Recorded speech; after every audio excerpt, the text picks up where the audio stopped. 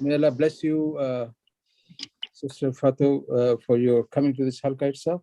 It's a beautiful halqa. You don't know that. It's a continuous halqa. We never took a stop. So, mashallah, I think you will be one of the very continuing member of our very esteemed speakers on this in this circuit itself. And congratulations coming to this. And then may Allah bless you and your parents for that. And then we have Sheikh Abdul Rahman. As always, mashallah, I think he'll be blessing us again for the recitation of the Holy Quran. And we have a Quran session also. I'm not going to tell you which one is. I don't keep on changing. So please forgive me for that. I keep on adding and subtracting the information itself. So may Allah bless you, Sheikh Abdul Rahman, Hafizullah, Wakari. MashaAllah, I think he's here already. So may Allah bless you and your parents for that, please.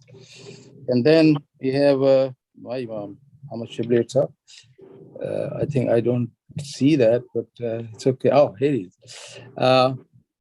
He's going to have the translation, the tafsir, and the summary of the ayah recited itself. I don't know how difficult task he does. Nobody even knows about it. I can see that. That's the reason, I keep on just stressing on the necessity that our members who come in the halqa regularly, they should have the maximum benefit out of that. And I think, I hope this time, mashallah, we have the same reciter with same, it's something will not happen tonight.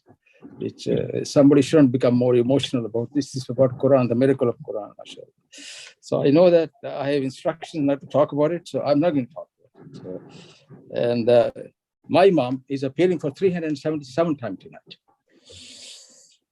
And that's about it. I think I have nothing to say. It's only repeating the same thing as, and the timeline goes with 10 and 20. And Brother Abdul Majid, thank you for that. May Allah bless you and bless your family. It's always a pleasure. You always play. I'm doing the easy job. You are doing the heavy lifting yourself. So, mashallah, I think what you do. May Allah bless you and your parents for that, mashallah. Same and to you. As regard the timeline goes, please forgive me again, telling you the same thing, saying I want you to be a broken record because it looks like nobody listens. So they keep on asking sometimes good questions, sometimes a very, very out of the way question itself. This is a socializing circuit, of course. No question about it. But I think we should use it for more information, getting more information, writing them down, and then spreading it and acting on it, that too. Mashallah. And also, one more thing for the COVID thing, please, take precaution as much as you can. This variant is really, really, really contagious. And it's very hard to even explain, how people suffer, people die, and there'll be no visitor for you. If you die there in the hospital, you'll be all alone. So, mashallah, I think everybody knows about it. The floor belongs to Imam Muhammad, please.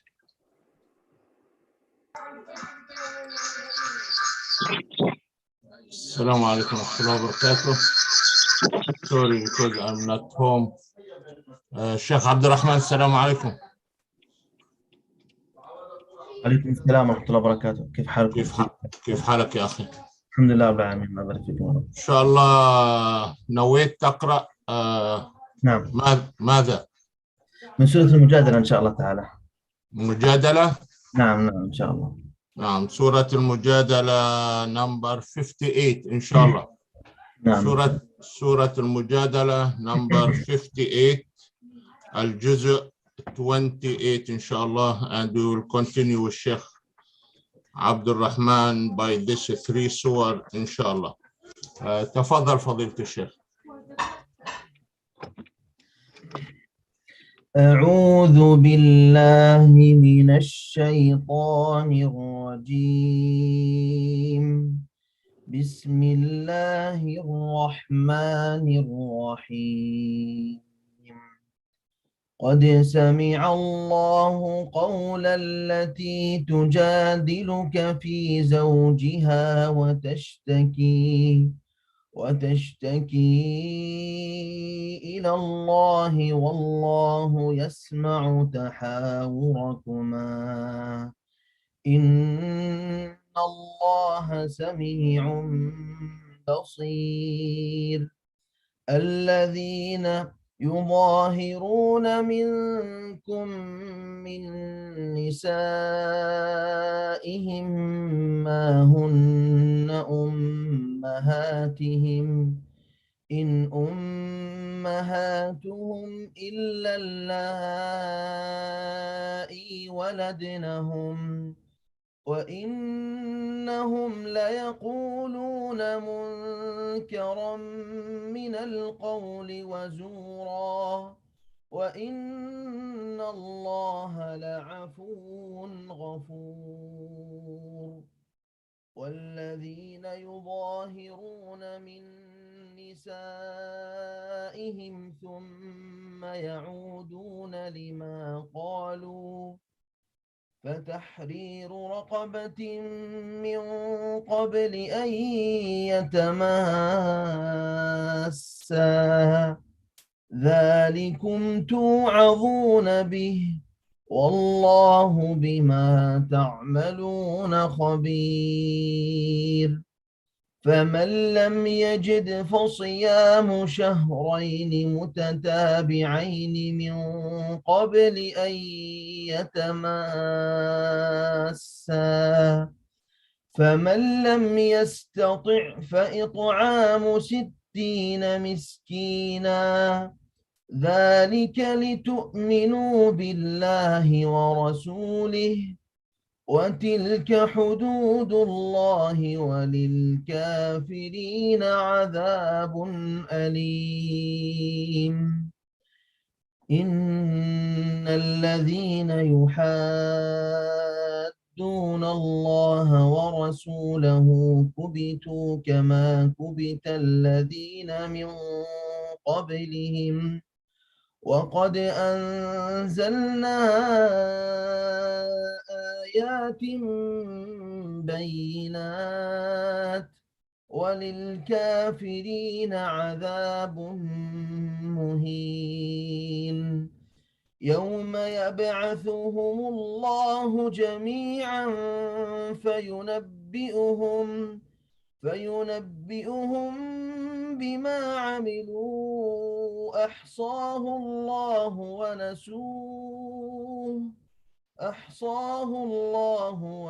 ونسوه والله على كل شيء شهيد.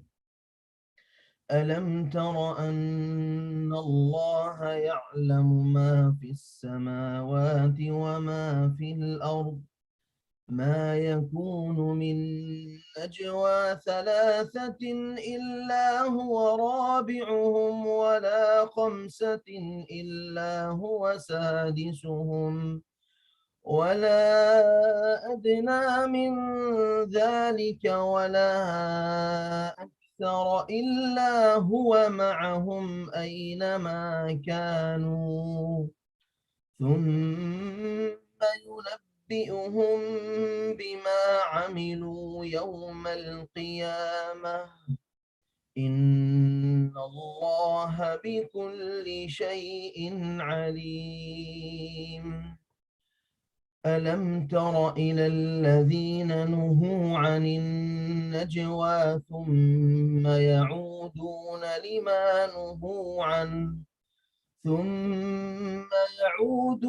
لما نهوا عنه ويتناجون بالإثم والعدوان ومعصية الرسول وإذا جاءوك حيوك بما لم يحيك به الله ويقولون في أنفسهم لولا يعذبنا الله بما نقول حسبهم جهنم يصلونها فبئس المصير. يا أيها الذين آمنوا إذا تناجيتم فلا تتناجوا بالإثم والعدوان ومعصية الرسول وتناجوا بالبر والتقوى واتقوا الله الذي إليه تحشرون إنما النجوى من الشيطان ليحزن الذين آمنوا وليس بضارهم شيئا إلا بإذن الله وعلى الله فليتوكل المؤمنون.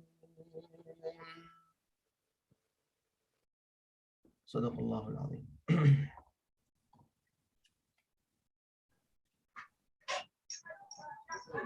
جزاك الله فضيلة الشيخ، جزاك الله وتقبل الله منا ومنكم إن شاء الله.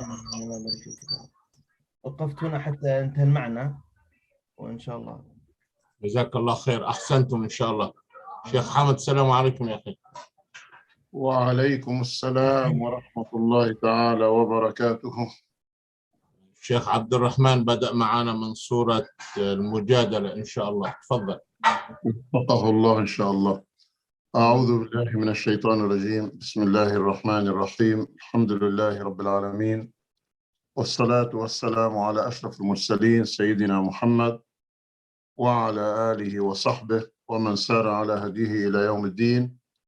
وأشهد أن لا إله إلا الله وحده لا شريك له، وأشهد أن محمدًا عبده ورسوله. رب اشرح لي صدري ويسر لي أمري واحلل عقدة من لساني يفقهوا قولي. Our dear respected Imam, my dear brothers and sisters in Islam, allowed me to greet all of you with the Islamic greeting, and the meaning of this greeting to our viewer locally, nationally, internationally, to say peace and the blessing of Allah be upon you all. And when we initiate this greeting in Arabic, we say Assalamu alaikum wa rahmatullahi ta'ala wa barakatuh. Going back to the Quran Kareem and going back to our Imam Fadilat Sheikh Abdul Rahman Jazahullah Khair, as he recites from the beginning of Surah Al-Mujadala, and in the past, walhamdulillah, when our beloved Muqri'een include him, we start this halaqah and we start reciting from Juz' Amma, then Juz' Tabarak, then Juz' Qad Sama, and other Juz' Al-Dhariyat and Muhammad. Then Fadilat Sheikh Fuad Al-Qassas and others start from Surah Al-Baqarah. And now we are holding the Quran Kareem from the beginning and from the end.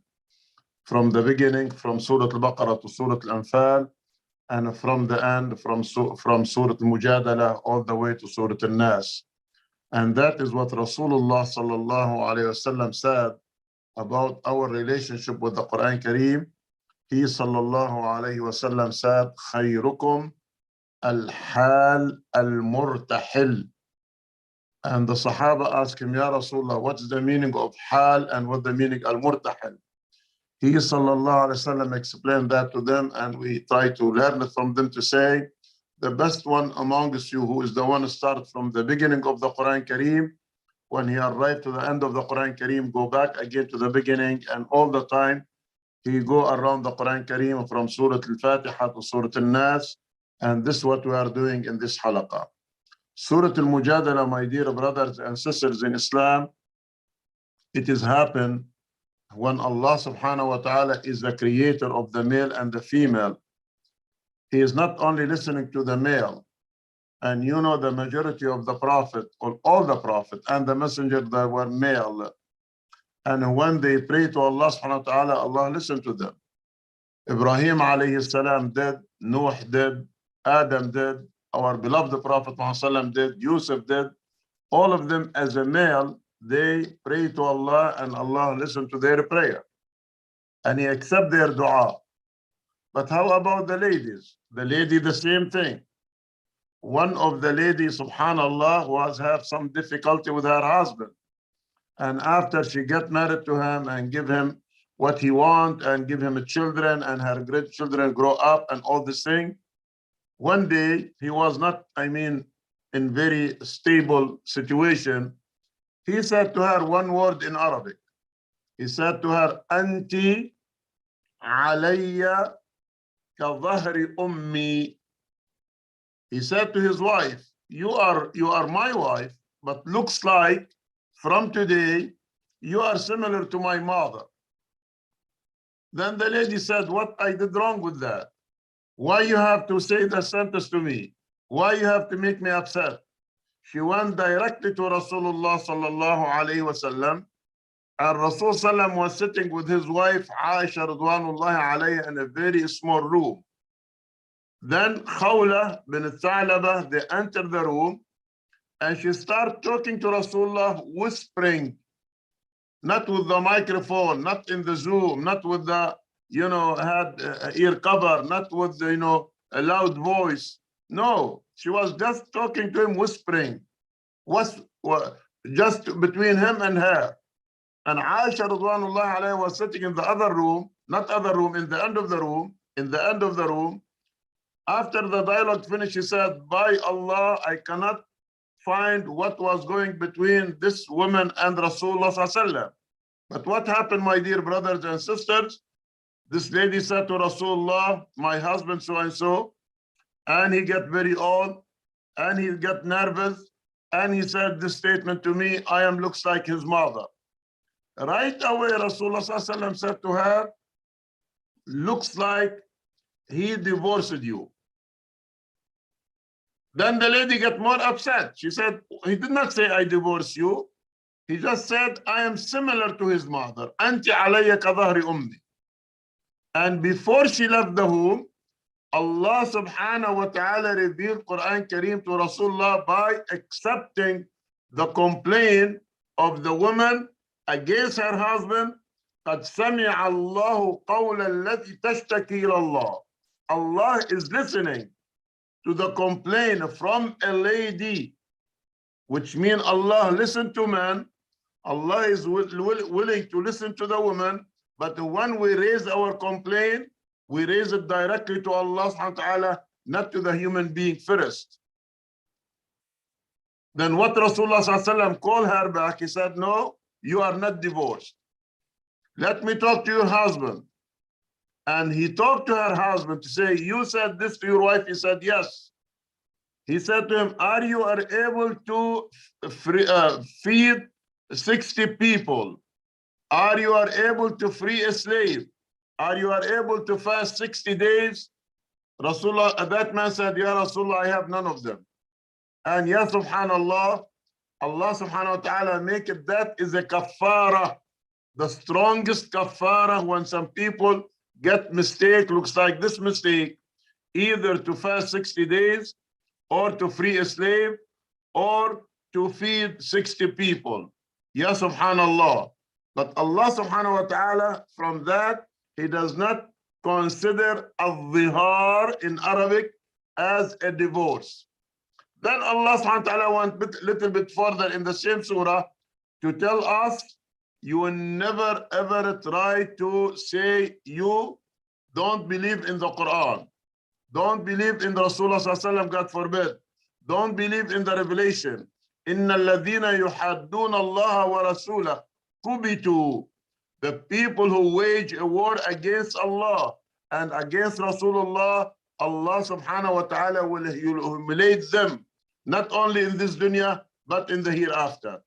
And finally, my dear brothers and sisters in Islam, try to be sure when you are in your room, when you are in your office, and when you close the door, and when you are not in the Zoom, and you are only between you and Allah, believe me, Allah is watching us.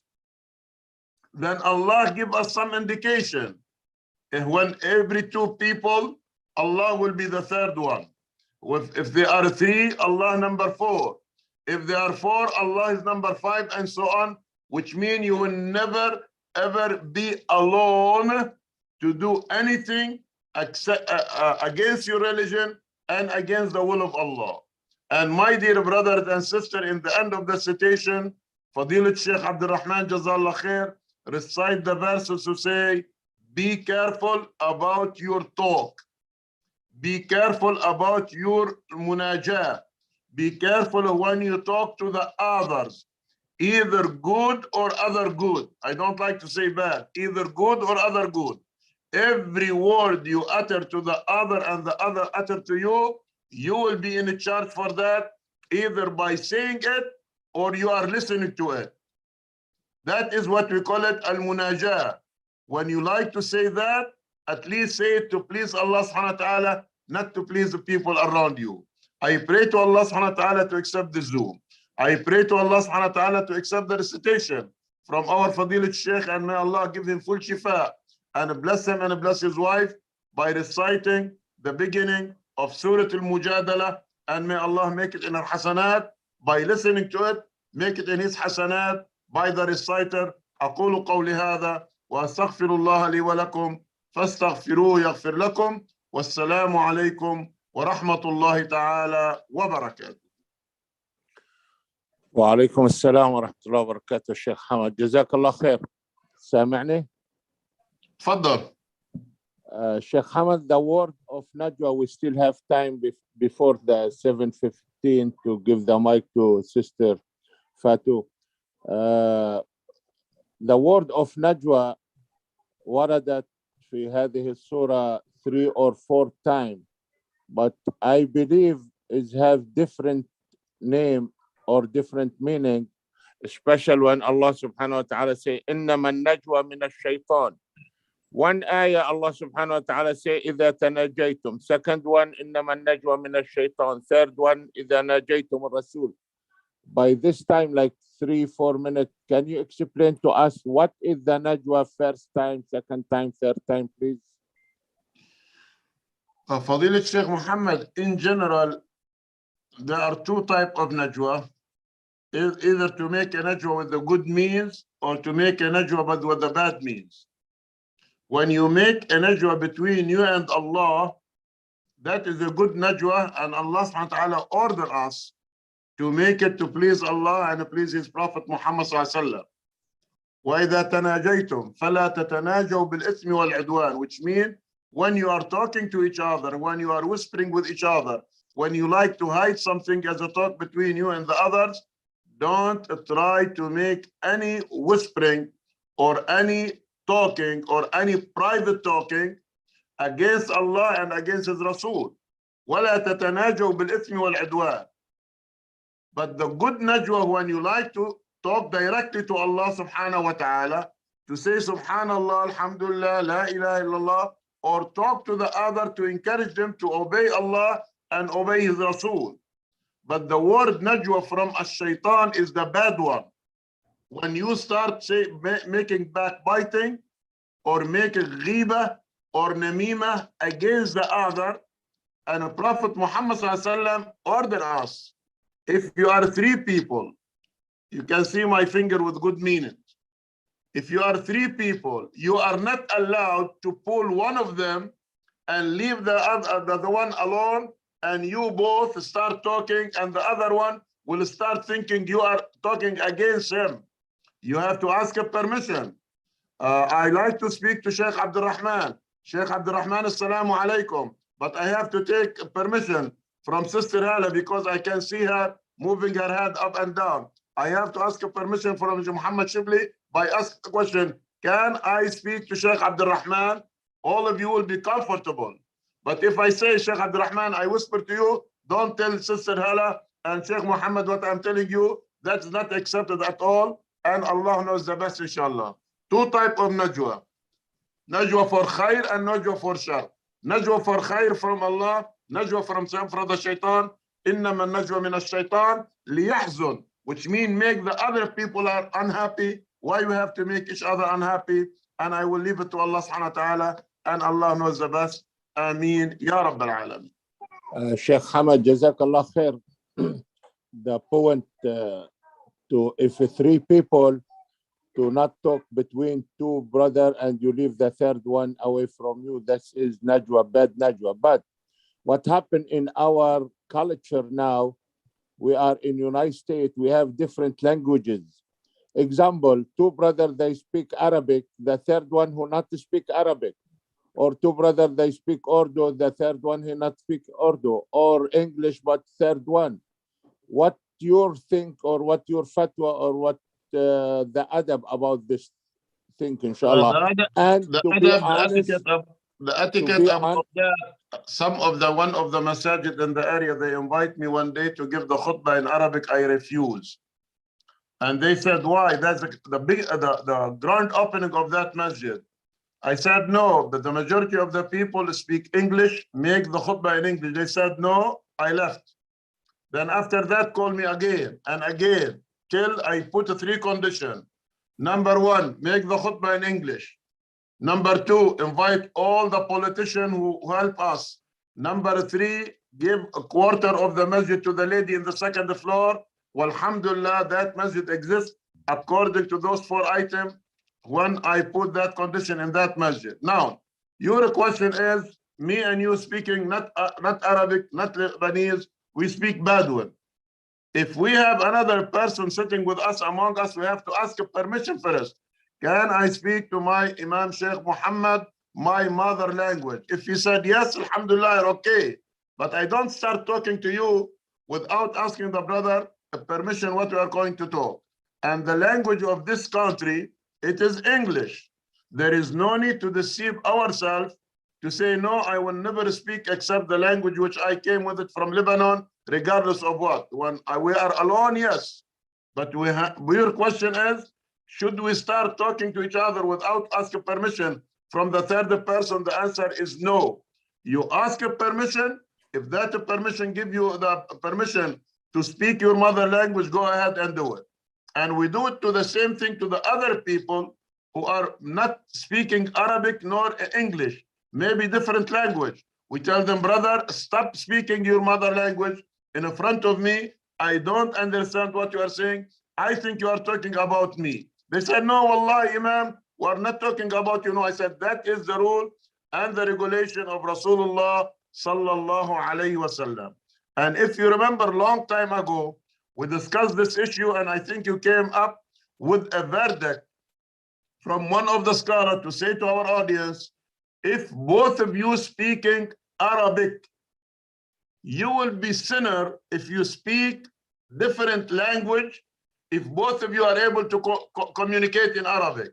I agree with you, but ask a permission from the third one.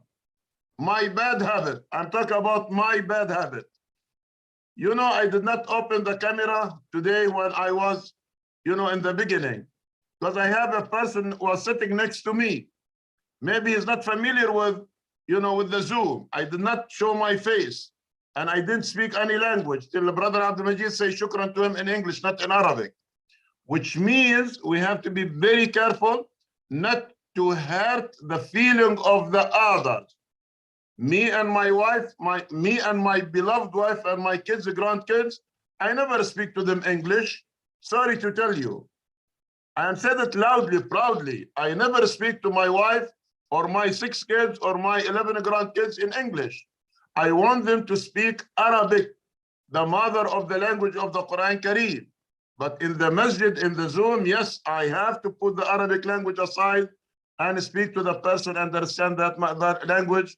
And may Allah help us to be familiar with the language of the Quran, the language of the country, the language to communicate with the people, and not to have any bad najwa, but to have a good najwa, inshallah ta'ala. Jazakallah khair, Fadilat Sheikh Hamad, wa taqabballah, mashallah. Very important topic, inshallah. Sister Fatu, salam alaikum. Assalamu alaikum. How are you? Forgive me just for this 2 minute extra, inshallah. We'll give it to you after the program, inshallah. Sister Hala, salam alaikum. Alaikum assalam rahmatullahi wa barakatuh. I have some exciting news. Sister Fatu is going to give us some wonderful information. It's about some biological research that is going on now. International collaboration all over the world. So I'm really excited, and I'm sure you're going to really enjoy this program. جزاك كل خير. Welcome, Sister Fatu. Thank you for Sister having me Hala. again. Yes, Sister Hala. Assalamu alaikum. Yes, amen. Can Sister Fatu talk to us in a Swahili language, please? Not today. Not today. Thank you. My family's actually from Senegal in West Africa, so we don't speak Swahili. But if I learn it, I'll come and do my presentation in Swahili. Let's say that. Inshallah. Inshallah. So, salam alaikum, everyone. I'm really glad to be here with all of you again. So, for my presentation today, I have been doing some kind of, I guess I'll call it like volunteer work with like what Sister Hala explained, some really interesting international collaborations with other scientists. And I felt, you know, there's so much really interesting work that's going to be coming forward from a lot of these international partnerships. And I just wanted to take some time to kind of explain what is happening right now in the world of biology and in the world of research, just to kind of, you know, put it out there for the general public to see, because since these projects have started, you know, they've gotten a lot of attention around other research and scientific circles, but I feel like we also need to speak to just the people in our communities so they know also what is happening. And then when we hear about these projects in the news, you know, you can be one of the first people. You will already have kind of a head start. My background is also in biology. I'm a cancer biologist. So this for me is also something that is of a very personal interest. So just to give kind of a broad introduction, you know, for the past year and a half, almost 2 years, we have been having a lot of challenges, you know, and also some really amazing solutions that have come forward in understanding and combating this new virus, this SARS-CoV-2, which causes a disease called COVID, right? COVID-19. And as part of a lot of the discussions that we hear now when we talk about sort of COVID, we also hear about this term called sequencing. So, you know, like what is exactly sequencing? When we hear about that and we hear people discussing it, we hear doctors discussing it, researchers discussing it, what is it and why do we care? And what does that mean with regards to viruses? Or if we think about, you know, the way that we encounter new biological technology in our home space, when we think about products like 23andMe or Ancestry.com, those are also associated with this idea of DNA sequencing. So what exactly is that and why is it important? So I'll leave that as kind of an open question if anyone wants to kind of jump in and give, you know, their thoughts. Like when you hear this term of DNA sequencing, or kind of like understanding genetic material or understanding the human genome, is there anything, you know, particular that comes to mind?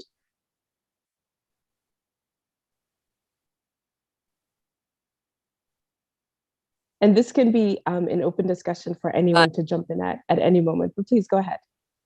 I just said the Genome Project. Yeah, exactly. The Genome Project, right? That's a big one. That's one that I'm really excited about. And I'm going to talk about that for a while too. Do you want to add to that, Noor? Do you have anything additional to add? Just that it's also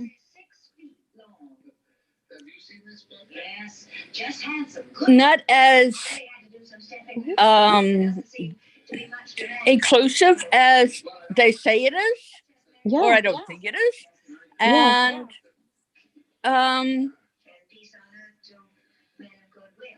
we'll see how far it gets us. Yeah, that's great. That's a really good point. Yeah. And the Human Genome Project is part of what I'm going to be discussing to kind of give a background to some of these newer projects that have come into the space of research. Fatu. Go ahead. Assalamu alaikum. I see Sister Hala and Sheikh Hamad already raised hand. Sorry to bother you, but no, that's fine. My screen is very small, so if you see people raise hand, yeah, please go ahead. Go ahead, Sister Hala. اتفضل إمام حمد. No, you are first. I like to learn from you. جزاك الله خير. I was just the DNA sequencing that what I know of is when criminals do crimes and we're trying to find out who did the crime with the DNA and things like that. Yes, yeah. So forensics, you see that really often, and that has really changed, you know, not just in terms of finding who has done the crime, but also improving innocence, you know, because sometimes they'll do this DNA sequencing and they say the person who we thought it was, it's not matching what we see at the crime scene. So that has definitely been, I think, a really, really big impact in how we look at sort of like justice and criminology and all of that. That's also very important. Yeah. Great. Go ahead, Imam Hamad. Sister, assalamu alaikum. Wa alaikum salam. In the market now, nationally, internationally, and locally, people like to give some either blood, I am not sure, or something from their nose or mouth. Yes. To know which country originally came from. 100 years, 200 years, 500 years, and they did in that kind of test. And they said, oh, I was not born here, I was born in Lebanon because this and this. Is that some accuracy to believe in it, or just for the market, the people like to use it and make money and deceive those people? You are from one country, maybe I was born in your country, if I give them some thing to prove it to, is that some accuracy or no? So when we're looking at sequencing, like to determine ancestry, right? Like where your family's from, or, you know, those types of home products, like sometimes they take the saliva and they analyze it. There is a lot of good research and accuracy that goes into that. The only, I would say, issue that makes it really difficult, and this is what Sister Noor was bringing up in the beginning, those tests are all based on some kind of database. So depending on how much good information you have in the database determines how accurate it can be, right? So if I have a database where, let's say, everyone in there is from, you know, I can kind of trace all the different, you know, groups in ethnic groups and like, we'll say like in Africa, and determine, you know, kind of where all those different genetics appear on the continent, then if I'm looking at other individuals who are also interested in determining where they appear in that population, then it works really well. But let's say if I have someone who maybe is European, they're not going to map very well from that information from Africa, right? So that is kind of where you can have accuracy, but it really depends on the database where you're getting that information from. And that is part of one of the hard things when we talk about like human sequencing or like genome sequencing that we have to deal with nowadays. It's kind of like we have a lot of information from European populations and European communities, but a lot of other communities and cultures, you know, and populations in the world, that data can be very limited. So that limits kind of, I guess, the accuracy when we're trying to map to those other regions. Yeah. Thank you. Yeah, and thank you. That was a really great question. Great. So yeah, those were all amazing suggestions, and they're all, you know, valid and true for how we see sequencing now in our daily lives.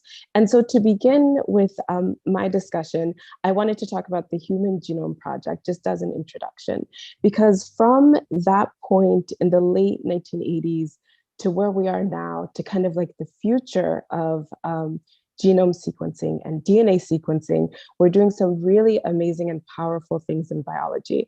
But I think it's also important that we all have a good sense of where this technology is going. Because at the end of the day, you know, I feel like anything in science, just from what I've seen, you know, from my own perspective, can be used for good or it can be used for bad, right? It can be used to advance or it can also be used to hurt. So just by understanding what is happening with this technology, how it is changing, and how it is being implemented in the future, I think can be really beneficial going forward. So for the Human Genome Project, that was basically a huge project to map and understand all genes of the human body. And it started in 1988, and it was basically a collaboration between the US National Academy of Sciences, the National Institute of Health, and the Department of Energy. And with this, really broad, amazing project, once those three different institutions got together, over 2 years, they kind of established a framework or a blueprint for how they wanted to do their work. And then in 1990, they released their first publication and their first research plan, which was titled Understanding Our Genomic Inheritance, the Human Genome Project. And this research plan basically had like 3 goals. So the first one was to determine the order and sequence of what we call the bases of DNA. So kind of like when you look at DNA, it has like an order to it. So it has a beginning and it has an end. And when we understand it, we kind of want to understand, okay, what is occurring or what is in place at the very beginning of this really huge sequence of genomic information that I have, and what is happening at the end, because all of that can matter for how the DNA functions within our body. They also wanted to map and show the locations of different genes. So again, the DNA has kind of an organization to it, and where genes are located within that larger organization can again play a role to how they function, what their importance is when they're expressed in our body.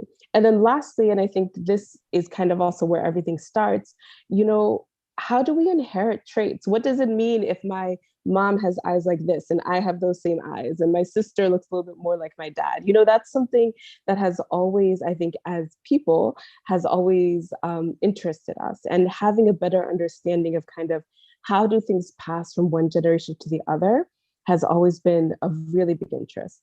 And especially when we want to understand diseases, then it becomes, even more, I think, important, because then we can understand, how is it that sometimes in certain families you will see, this sort of like pattern of disease. What is the connection there that is making it always showing in the mom, in the kids, in the grandkids, and the great-grandkids? And that helps us to then, establish better medicines, better treatments, just better understanding of how we can get kind of like to the root core of these diseases and to provide better solutions. So once the Human Genome Project provided this sort of like blueprint or kind of like rules after many years, I think between 1990 and 2001, so almost 11 years of research to just identify how many genes we have in the human body, they finally published the results in 2001. And this was such, a phenomenal project. When I look at the work that I was doing in the lab, I was looking at one type of cell. But here we are trying to understand, kind of like the human body as a whole. And so now I have another kind of question. So anyone can call out or type in numbers in the chat.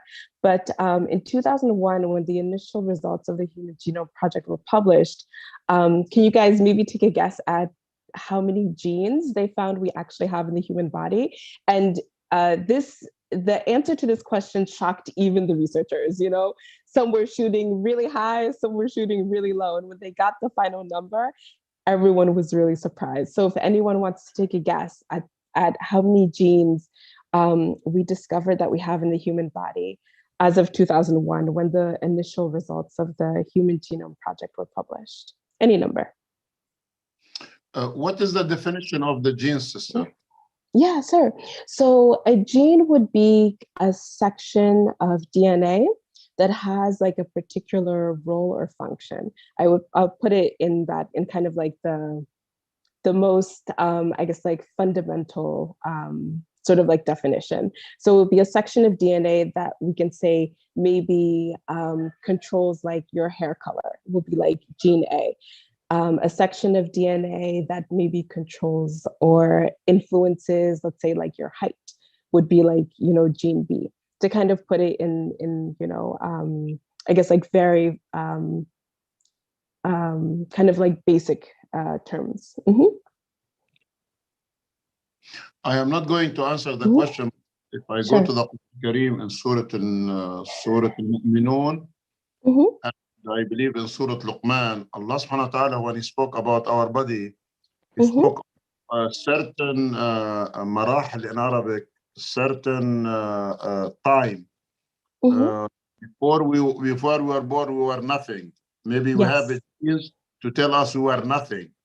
Yes. Then Allah subhanahu wa ta'ala said, you know, the sperm and the eggs. Mhm. Then the mudgha and alaqa and izam and flesh and all these things, which mean if you account all of them, they will never more than, let me say, 12 stages till we die. Do we have those 12 genes in our body? The answer is yes. But the science maybe will give us more information. Yeah. More than the Quran give. Quran give us the basic. But the science now is giving us more, and Allah knows the best.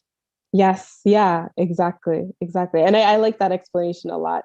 And I can also see here in the chat, let's see, Fatima, you're saying 20,000 to 25,000. That's another great explanation as well. I'll give a minute for if anyone else wants to jump in.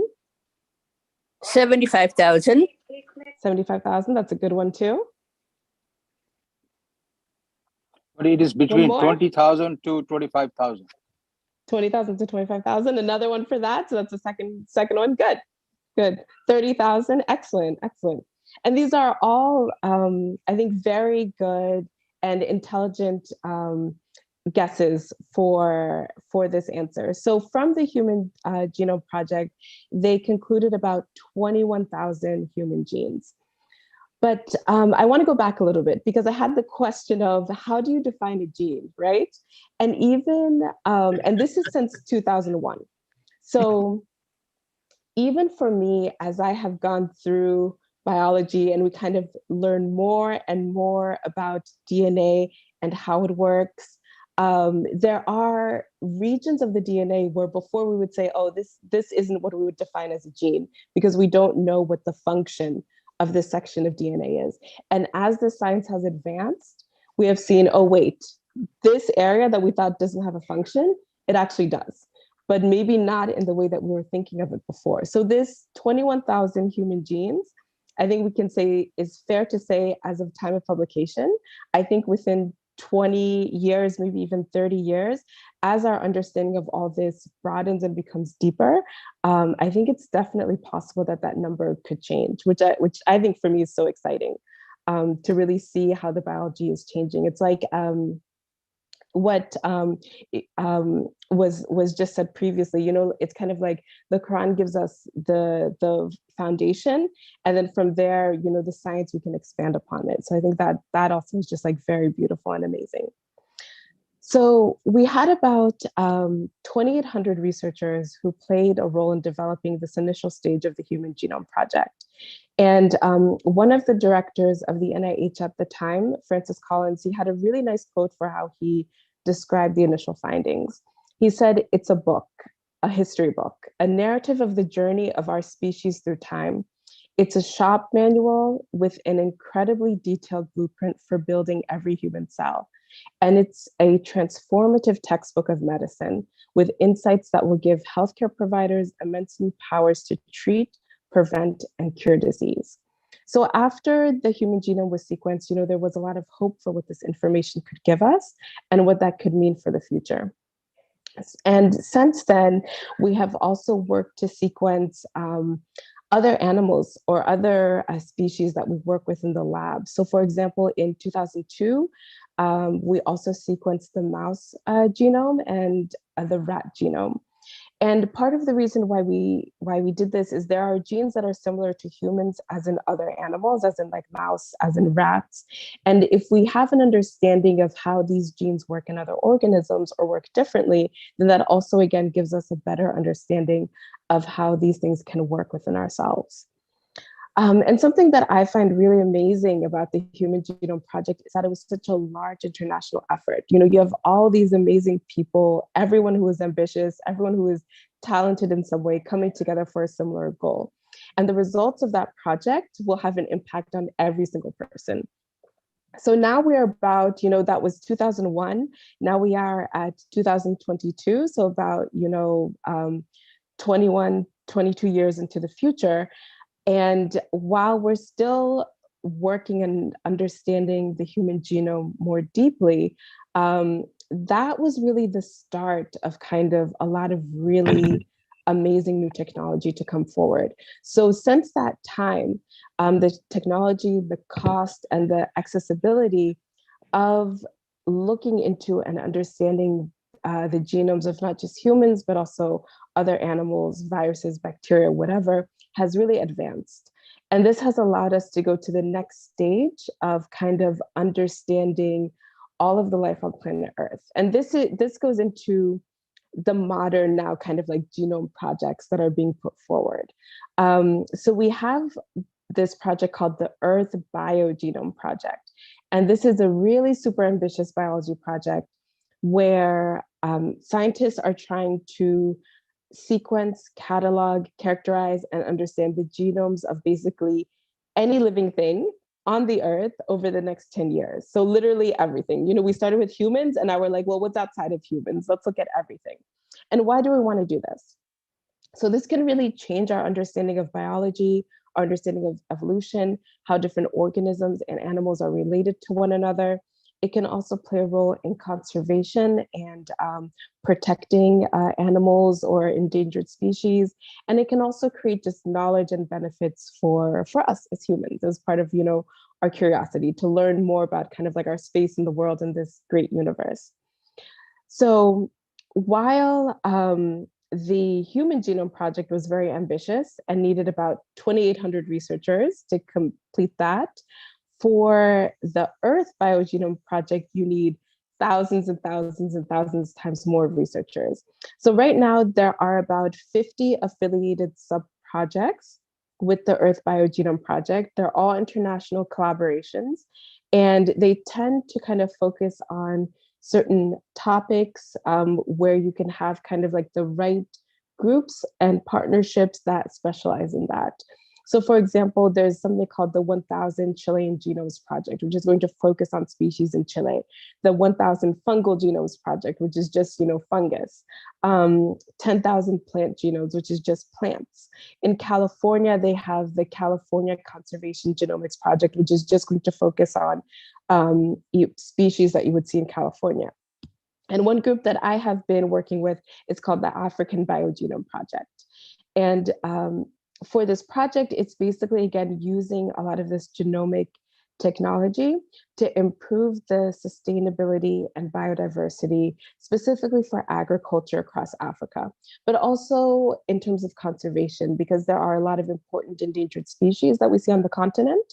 So this, again, can also help in that effort.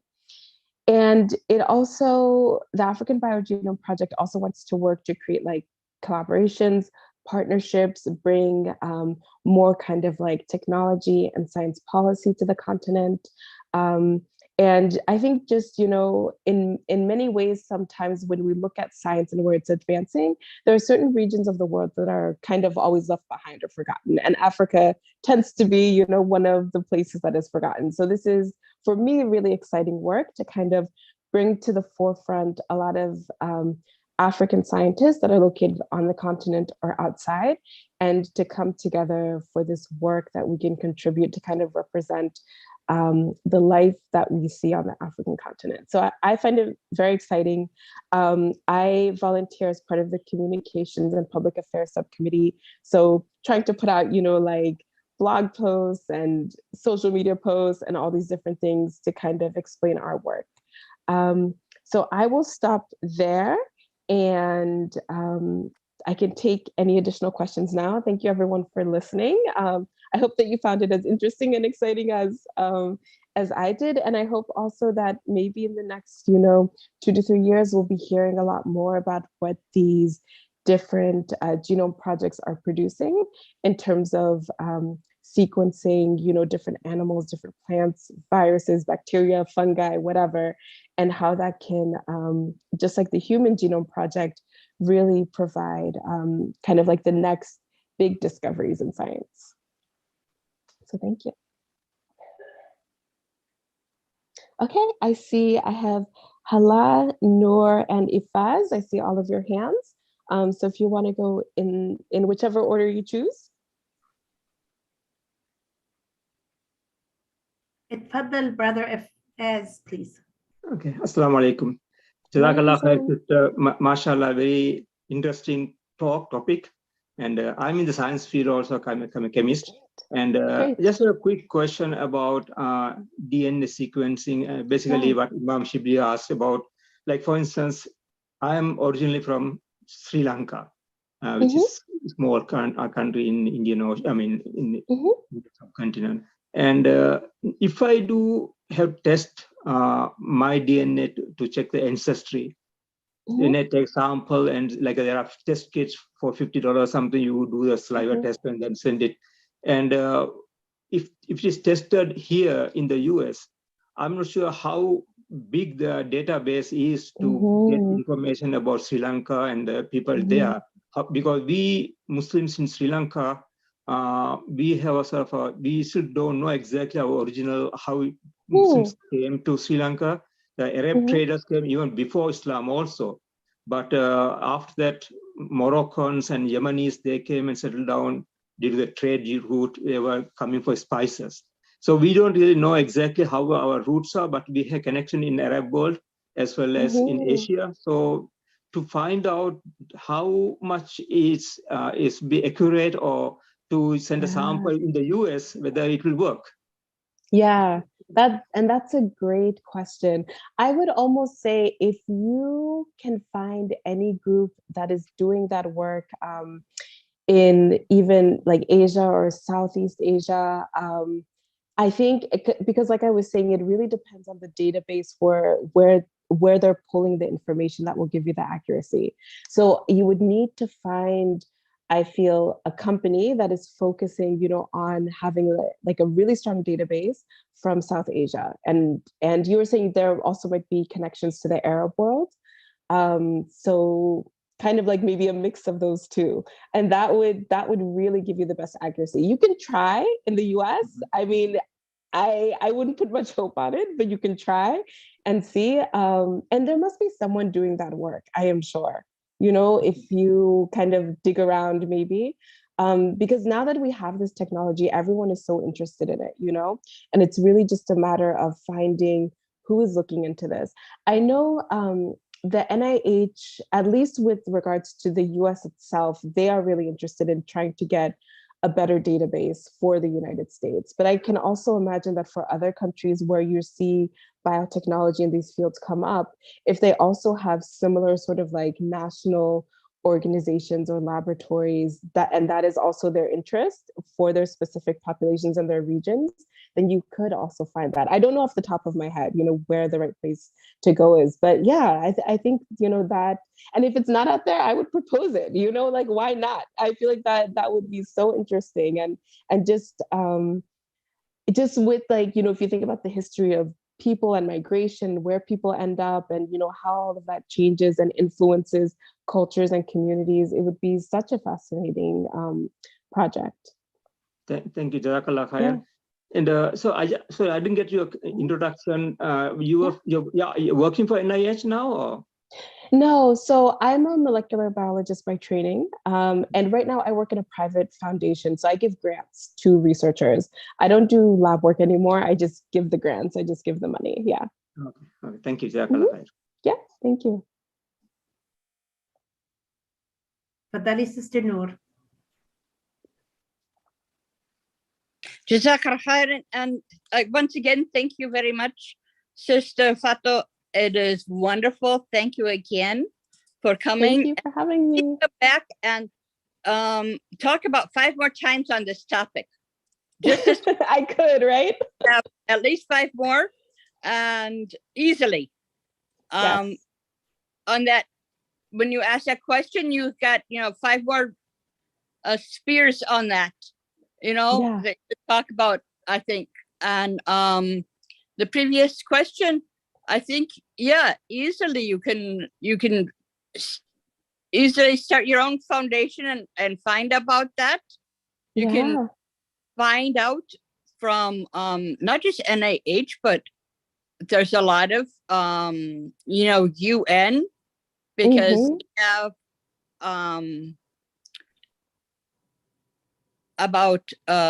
refugees moving around, and they are very interested in it. So I would also suggest looking to the UN and asking them about it as well. So there's some websites there that you can also get onto. Please come back, and it was great. Thank you for coming back and talking with us. And how do you have time for all of this? Oh my gosh, you're talking about logging and bringing in, I don't know how many different scientists for Africa. I mean, there's so many different nations there. You're talking, and how many different, we don't even know all of the different entities that are living, whether you're talking about plants or animals or insects that are living in Africa anyway. You know, they haven't been all cataloged, as they say. You know, how many of them do you pick and genome them? How is that being done? And how do you have all of that energy to do that? Yeah, that's a great question. So, and I like your suggestion as well, to talk about, you know, for some of these, I guess, like more specific populations, to talk to the UN. It definitely is I think a really good suggestion, or other similar international organizations, because they would have an interest in that.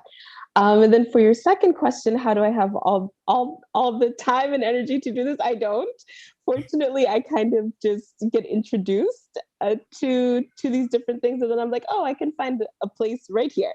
And then I kind of, you know, work in a little bubble with a few other really good partners to do my part. But yeah, this is going to be really collaborative.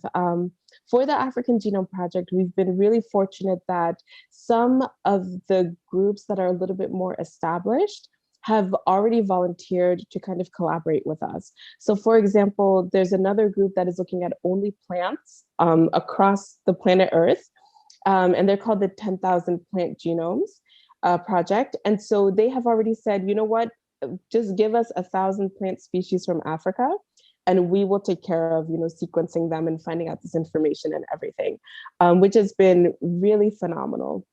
And how do we do it? So we want to, sorry, go ahead.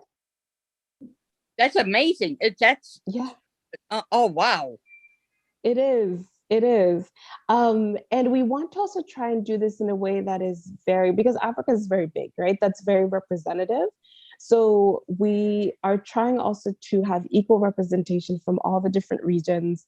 And then also, even sometimes we'll put out calls on social media and just ask, you know, regular everyday people, you know, what plants, what animals did you grow up with, or that meant something to you, or means something to your culture or your community, that you want us to also, you know, go ahead and kind of include as part of this project, because they have value at a cultural level, which we also feel is important.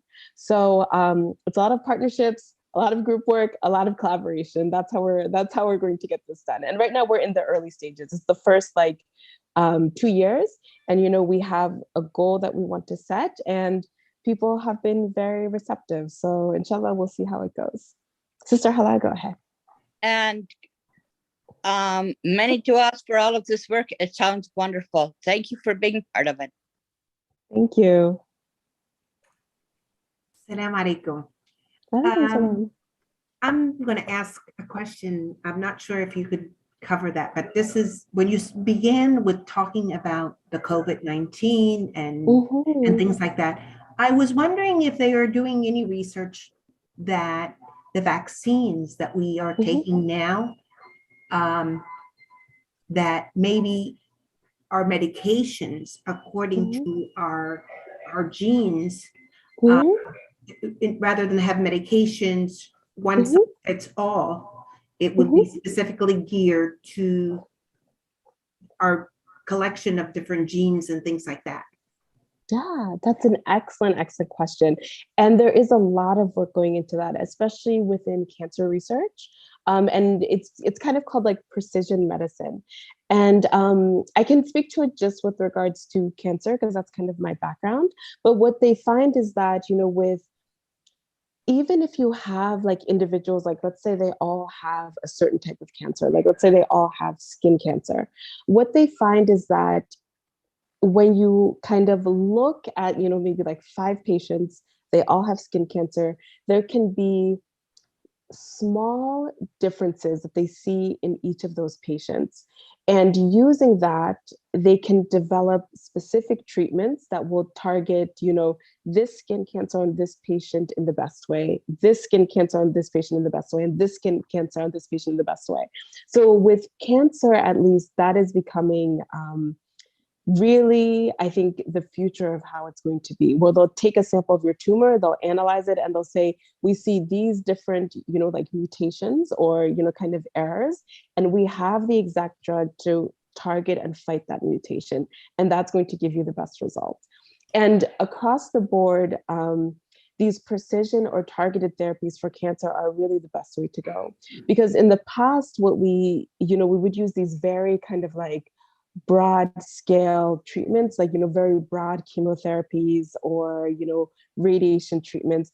And those can work, but then you always have, because cancer is so complicated, you always have sort of like the fear that the cancer will come back, right? Or that maybe it doesn't kill everything as it should, or maybe it kind of only works halfway through. And that those kind of challenges then were where we would hit a roadblock with cancer patients. So now really the future of it is, let's take a look at the tumor, let's look at the DNA, let's see what's going on, and let's make sure we can really customize the treatment for these patients based on what we're seeing. And that is definitely the future of cancer research. So that's a great question, Sister Hala. Jazakallah khair. And thank you so much for sending us all the information. And in the future, please bring us some more. Thank you. Yes, thank you. Jazakallah khair. I think, you know, there is no time left for even the question, but I will give the question. I will answer myself too on that. And to correct me if I'm wrong. What is called the genotype? It is a person generic makeup. That's correct? Correct. That is it.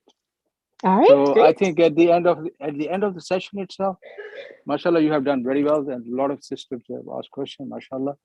I think my Imam Muhammad, I think he's still there or not. But at the end of the session, it's a tradition from the guest. We request, and here's Imam Muhammad there. I think the floor belongs to Imam Muhammad. Go ahead. Imam Muhammad. Jazakallah khair, Brother Abdul Majid, Sister Fatu. We still have 4 time, and you have 2 minutes from the beginning. If any brother, any sister have a question or not, then we can go to the dua, Sister Fatu. Jazakallah khair. Okay. There are no. Yeah, go ahead. Assalamu alaikum. I'm Welcome, so sorry. I'm not fine. Asking, but I wanted to know how close you guys were to finding a cure for cancer. Yeah, so that's a really big question. And what I can really say is that cancer treatment has really advanced tremendously since, you know, I was even learning about it in school to what people are doing now. You know, I remember being in college, hearing about things like T-cell therapy, you know, as kind of like, this is the next thing. And now here we are and we're actually doing it. Finding a cure for cancer, it's a hard question to answer because cancer is not just one disease, but it's like many different diseases, right? Like skin cancer is different from brain cancer, is different from stomach cancer. So that makes it very complicated. I think where we are going now, where we're finding really good ways of treating it, and in many ways, you know, you have patients come in very sick with cancer to being cured, is phenomenal. And I think that's probably going to be a lot of the future of what we see of cancer therapy. and like I was saying, even just from, maybe like 20 years ago, where there would be cancers where individuals would, be diagnosed and there's nothing that doctors can do to now, where there's so many options to where it can be a disease that is managed. And then at the end, you can have a patient who is in remission where the cancer doesn't come back for many, many, many years, is a really fantastic achievement. And I think that is probably what cancer therapy is going to look like more and more. And it's just going to get better and better and better as we go on in the future. So is that a good answer? I don't know if that's a good answer. Mr. Sharif, تفضل Imam Muhammad. Went back to sleep. Sister Fatu, do you like to make the dua? Thank you very much, sister. You like to make the dua? Yes, I will. I'll make a short dua. Oh Allah, please bring us in this year security, iman, safety, deepen our faith, protection from shaitan. Please provide us good health. Please protect our communities. Please protect our families as well. And all of those we love. Ameen. Jazakallah khair, taqabballah minna wa minkum inshallah. Thank you very much, and we are looking to see you again and again in our program inshallah. Bismillah ar-Rahman ar-Rahim wal 'asr. Innal insana lafi khusr illa alladhina amanu wa 'amilu s-salihat wa tawasaw bil haqq wa tawasaw bis sabr. Allahumma barik lana fi sahhatina. My dear respected brothers and sisters, that topic is very important. And I want you to know, Rasulullah sallallahu alaihi wasallam in Islam, he used to ask Allah subhanahu wa ta'ala to protect us from the disease, to give us opportunity to enjoy. Allahumma barik lana fi sam'ina. Allahumma barik lana fi basarina. He make dua to Allah subhanahu wa ta'ala, give us good health. Also, the best dua, Allahumma inna nas'aluka al-afu wal-afiyah wal-mu'afat. Allahumma inna nas'aluka al-afu wal-afiyah. Al-afiyah, the good health, wal-mu'afat. And finally, we say al-aqlu salim fil jism salim.